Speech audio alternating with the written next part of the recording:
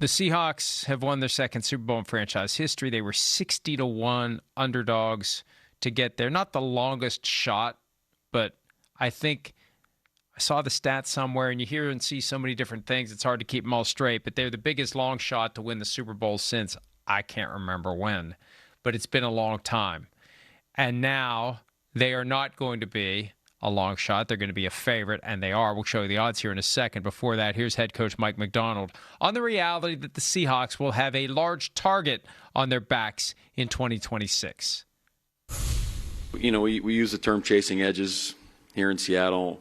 You have to live like that. You know, you can't be copying everybody else. We want to be on the forefront of things. We know that we're target number one now, but it's really going to be our mentality for us to keep pushing the envelope with our personnel where we can take things at our speed, you know.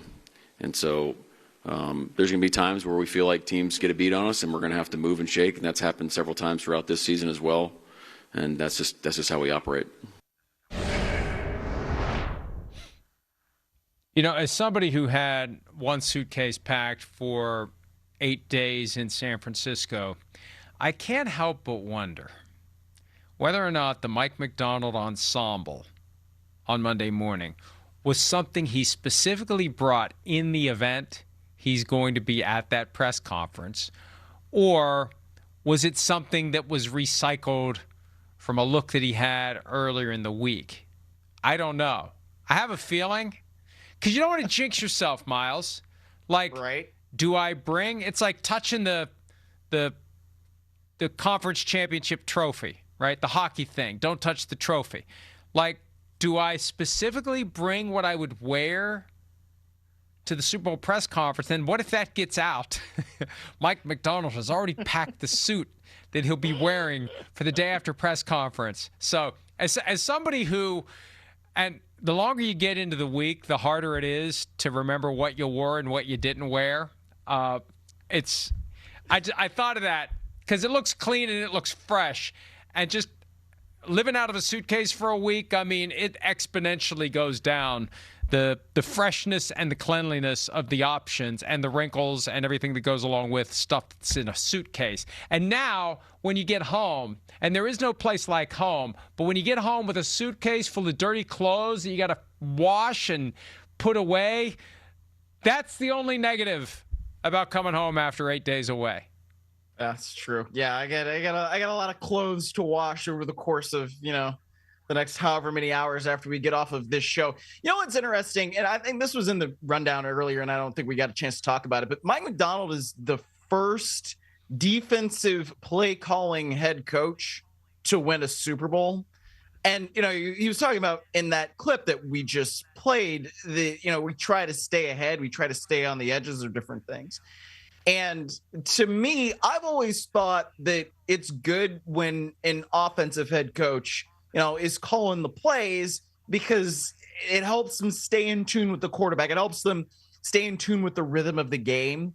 And I think it's really interesting that you've now got an example of somebody on the defensive side of the ball really doing that and doing it so well. And, the approach that the Seahawks took defensively against the Patriots was so good. And the approach that the Seahawks took against, most of the teams in the National Football League over the course of the 2025 season was so good.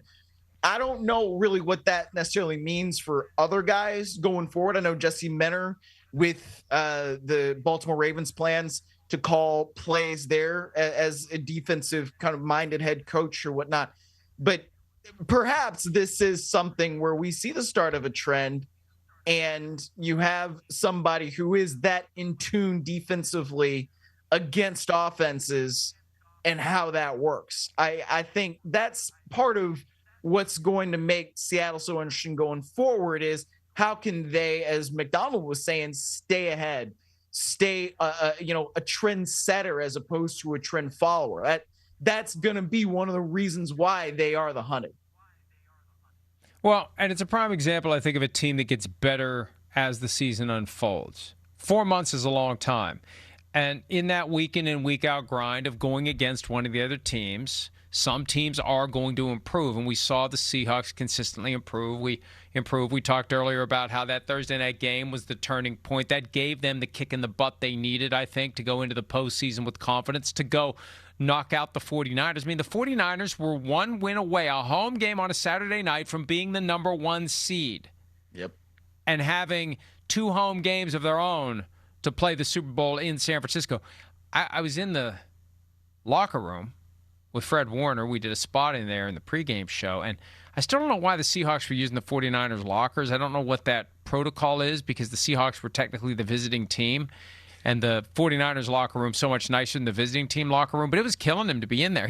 He was doing segments sitting in front of his locker that had been assigned to a Seahawks player for the game. Hi, it's Mike Florio. Thanks for watching PFT on YouTube. Hit subscribe for the latest news and analysis from Pro Football Talk.